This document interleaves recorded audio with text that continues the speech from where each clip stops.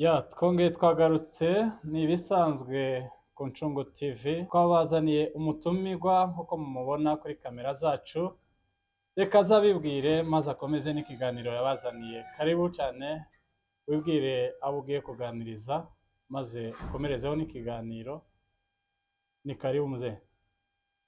Murakoze kunakira muri iki kiganiro. Nitwa Bituntumwa Louis, ndi umupasitori kuko nabibabwiye, korera mu itorero ryitwa Jacob's Fountain Mission. Rero uyu munsi turakomeza tuganire ku kiganiro kijyanye n'imiyoborere cyangwa ariyo leadership. Twarabitangije ubushize turimo tuganira. Uyu munsi turaje kureba umuyobozi n'ibibazo ahura nabyo mu miyoborere yiwe. Ariko mbere ya byose reka twifashishe ijambo ry'Imana, kuko twasanze ko muri Bibiliya niwo musingi, nirwo rufatiro rw'imiyoborere. Dusoma mu gitabo cy'Itangiriro. Turasoma mu gitabo cy'Itangiriro, ni bice 41 n'umurongo wa 37. Turakomezaho. Iyo nama inezeza Farawo n'abagaragu be bose. Farawo abaza abagaragu be ati, tuzabona hehe umuntu umeze nk'uyu urimo umwuka w'Imana? Farawo abwira Yosefu ati, kuko Imana ikweretse ibyo byose, nta wundi munyabwenge w'umuhanga muhwanye. Nguhaye gutwara urugo rwanje, kandi abantu banje bose bazumvire icyo utegetse. Ku ntebe yanje y'ubwami yonyine nzagusumba. Farawo abwira Yosefu ati, dore nkweguriye igihugu cya Egiputa cyose. Amen. Reka rero dukomeze n'ikiganiro kijyanye n'umuntu w'Imana, cyangwa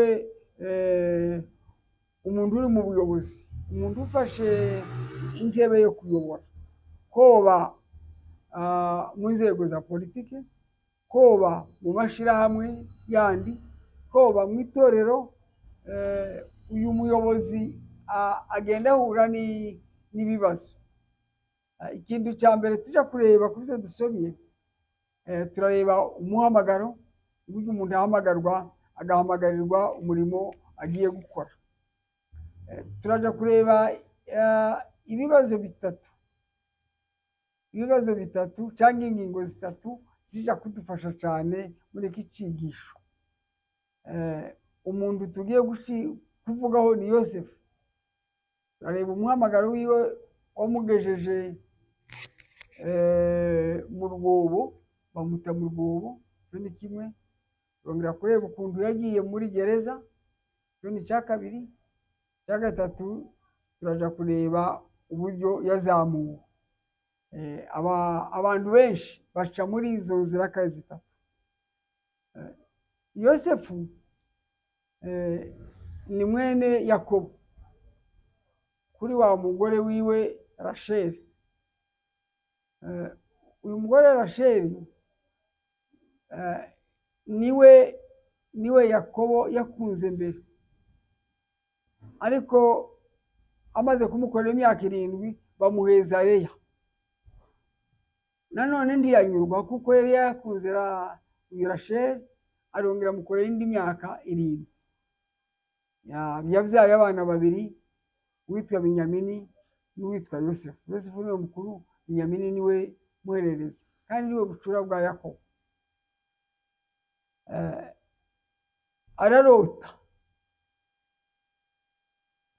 Ararota batuye, ngo abona imiba 11 yikubita imbere yiwe. Izo ndoto azibwira se, azibwira na bene se. Bene se zirabababaza cyane, iwe yumva yuko yazivuze mu busanzwe, hari ibyo tuvuga mu busanzwe kuva bivuze neza, ariko bo barababara cyane. ise yongera kumukunda, aramukunda kumurutisha abandi, ngo amugurira ikanzu, ngo ni ikanzu yambaraga ndende, naho bene se ngo bakambara amakanzu magufi ngo n'amapantaro y'abungeri. Iyi myambaro yabo, uyu mwambaro bamwambikaga wari umwambaro w'abana b'abandi. Barababara. Yosefu aje kubasura, iyo bari mu biraro hari abungeri, ise aravuga naje kubasura arebe uburyo bameze. Ahageze ngo akituruka kure baramumenya, ariko ngo yabanje guhura n'umugabo umwe uri aho ngaho muri ako karere, aramubwira ati ko ndashaka bene data. Arahamurangira, bamubonye ngo baravuga ati ubwo tumubonye uyu munsi ntaducika, bahita bacura umugambi wo kumwica. Mwumva ibibazo abantu bahura nabyo muri leadership. Baravuga ati turamwica, tuvuge yuko yariwe n'inyamaswa y'inkazi. Abegereye bagiye izo mpaka, Rubeni aranga. Rubeni niwe wari imfura ya Yakobo. Rubeni aravuga ati oya, mu mutima wa Rubeni yashakaga ngo amukize azamusubize se. Baravuga ati aho kumwica tumute mu mwobo. Barumvikana bamuta mu rwobo rutarimo amazi. Bakirimo baje impaka bamuvugaho, haza abantu b'abacuruzi bahe baje mu Egiputa, baramugurisha ngo ibiceri by'ifeza 30. Bamuta mu rwobo ntacyo yigeze avuga, yaracecetse. Ariko ikintu kigaruka hariya si ishari gusa. Hari uruhare rw'abariya b'ishari, hari n'uruhare rwa Yosefu. Yosefu nta matirite yari atarakura mu buryo bwo kumva ibyaha yakora ibyo ari byo. N'iryo jwi ryamuhamagaye n'uburyo avuga, iwe yari atariga, kuko umuntu agomba guceceka rimwe na rimwe. Yari umwana, yari afite imyaka 17, ibintu byose ni ukuvuga gusa. Bavuge ibyo avuze bimuzanira ibibazo, atarabanje ngo aceceke abitekerezeho.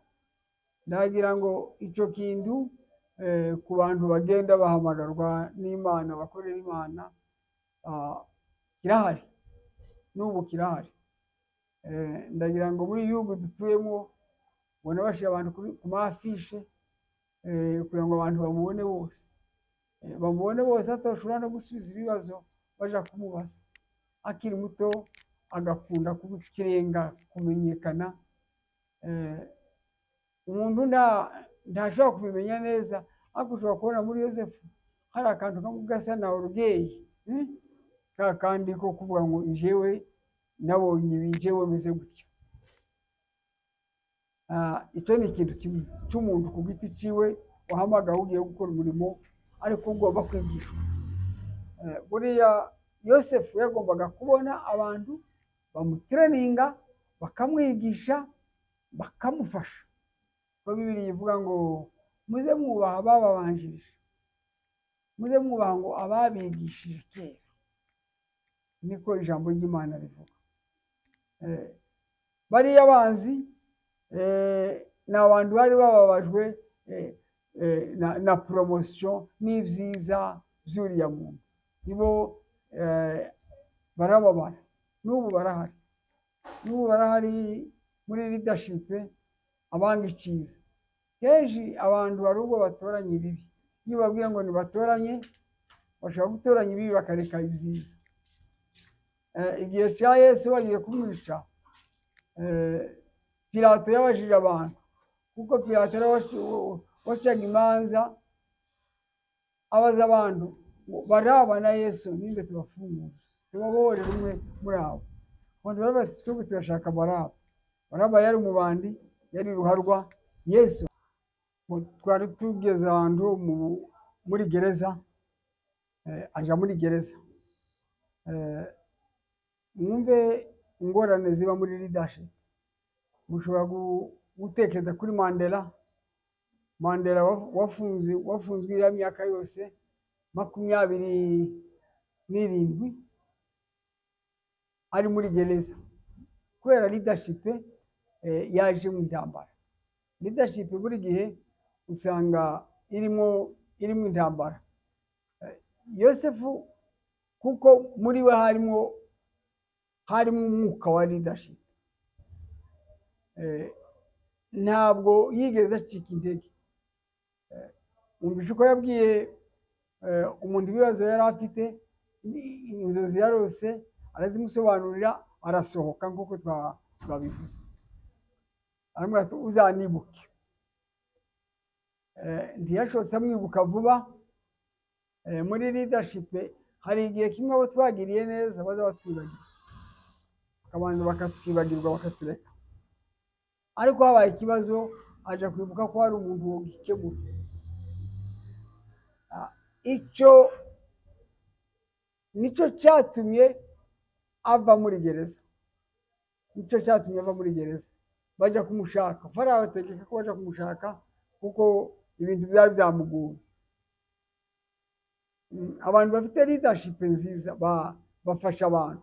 Igihe cy'inyungu rimwe barabibagirwa, hoba mu matorero, hoba mu buyobozi bwa leta, hoba mu mashirahamwe. Bajya bakoze neza hari ubwo baza babibagirwa. Iyo haje iby'inyungu bajya bakora nabi bagashaka kuja mu by'inyungu, ariko baramushaka baramuzana bati baramwogoshe baramwambika. Aja kubarotorera inzozi, za nzozi, abwira Farawo ibyo yarose. Farawo arabyumva arabisobanukirwa. Farawo rero ateranya abantu ababwira ibyo Yosefu yamubwiye. Hari aho usoma ibijyanye n'imyaka 7 yo kurumba n'imyaka 7 yo kurumbuka. Inka zinanutse n'inka zibyibushe. Nibyo bagenda bavuga cyane, hazaba imyaka 7 abantu bameze nabi, habe n'indi myaka 7 abantu bameze neza. Baravuga ati rero dushaka umuntu uzahunika, ariko yari yavuze ngo bashaka umuntu uzabafasha gukora conservation y'ibyo kurya ngo babihunike. Barabateranya abantu baravuga ngo ese umuntu ufite ubwenge nk'ubu ni hehe twamukura hehe? Ahita avuga ngo kubera ubu bwenge n'izi nzozi yarose nuko yabasobanuriye, amweguriye igihugu cya Egiputa. Avuga ati mu rugo hano muri iki gihugu nijeho gusuza gusuma. Aha Yosefu gutegeka ibigega byo mu Egiputa, umuntu uvuye muri gereza gutegeka ibigega byo mu Egiputa. Muri leadership hari iminsi yo guca mu bintu bikomeye, hakaba n'iminsi yo guhabwa za promotion. Umuntu wari hasi cyane akazamuka akaja hejuru. Niwe wari ufite ubwenge bw'uburyo bacunga ibyo kurya tibibore bikagira imyaka 7 bakabiha abantu. Kubera icyo cyubahiro yahawe, kubera iyo miyoborere myiza, abantu Egiputa iramwizera, imugira umuyobozi, imuha gutwara, ndetse byagezaho abiwabo baje guhaha baramusanga bajya bamugurishije. Iyo umuntu afite imiyoborere myiza mu mutima wiwe ntazagirira nabi abamugiriye nabi, kuko abasobanukiwe cyane. Bajya abavandimwe biwe bamugurishije baraje baje guhaha, abaha ibiryo, bamuha ifaranga zabo, aja kuzibasubiza, aja kubibwira, bigeraho atumira se. Ise araza n'umuryango wabo wose, bawuzana mu Egiputa, bawushira Gosheni. Yosefu ari umutegetsi, urugo rwabo Farawo yabajije se, ufite imyaka ingana gute? Imyaka yawe y'uruzerero. Aravuga ati uzatura aha, uzaba mu Egiputa. Iri somo rero riratwigisha iki? Riratwigisha uko natwe duhura n'ibibazo n'ubuzima mu miyoborere. Ushobora kuba umupasitori, ufiteho waciye kuba umupasitori, wabaye ukiri umusore, wagera hagati bikakunanira, wagera hagati ugakora ibibi, umuntu agasaza nabi kandi yaratangiye neza. No muri politike yindi ya leta hari abantu batangira bagakora neza imyaka ya mbere, iya nyuma bakaja gukora nabi. Ako Yosefu, ufashe Yosefu aho yaciye kujugunywa mu mwobo, akavamwe akagurisha, akaja kwa muka Potifari, akanga gusambana. Icyo ni icyaha cishe benshi, icyo ni icyaha cishe benshi muri leadership, kuko ubusambanyi ni ikintu kibi cyane. Ubaranga arabuhunga, ahunga ibibi, arafungwa, arafungurwa, agirwa umuyobozi. Ni ukubera iki? Ni uko ari umutima wa leadership, umutima wo kuyobora. Ibibazo natwe turagenda duhura nabyo. Hari igihe dupfa tukiri ba mineri batoya, hari ikindi gihe twitwara nabi, hari ikindi gihe duhura n'aba muka Potifari. Ba muka Potifari ni abantu batuyobya, abatugura amafaranga, abadushora mu busambanyi, abadushora mu macakubiri. Abo ushobora kubagereranya na ba muka Potifari. Ariko icyo dusabwa ni iki muri leadership? Ni upuresista, tukanga ikibi, tugakora icyiza, tukarwanira kuzagera kuri za poromosiyo zacu, uhereye mu miryango. Kuko Yosefu umuhamagaro wiwe na leadership yahereye mu miryango, uhereye mu miryango tukageza ku nzego zose z'ubuyobozi tuba tugezeho. Leadership ni ingenzi. Leadership yanga kwiba, leadership yanga kurenganya, leadership yanga kubesha, leadership yanga amafuti, leadership yanga kwigira uko umuntu atari. Bene data barimo banumva none, harimo abantu bari mu nzego z'ubuyobozi butandukanye. Ikintu kinini muri leadership ni ukwegera Imana, ni ukwicisha bugufi, ni ukwemera gukosorwa, ni ukubana neza n'abandi, ni ukubabarira bariya bamwe baducira urwo gupfa. Ndagira ngo niyo magambo nashakaga ngo twumve cyane, uko dushobora guhagarara. Ni ukuvuga ukuri. Hariho abantu benshi barira uburozi mu isoni bari mu buyobozi, bakanga kuvuga ukuri, ngo nibo bite ngo batiteranya. Ni kibi muri leadership. Leadership umuntu ndatinya gukora neza ngo batamubona nabi. Oya, sibyo. Muri leadership kora neza, ushobora no kubizira, ariko ukuri kugatsinda. Reka ndangirize kuri iri jambo. umugabo witwa Sokrate. Sokrate ni umufilozofe w'umugiriki mu kinyejana cya gatanu mbere ya Yesu. Sokrate ngo yigishaga ukuri, yagendaga atanga amasomo y'ukuri, icyo bita la siyanse du bien, yigisha abantu ngo baramwanga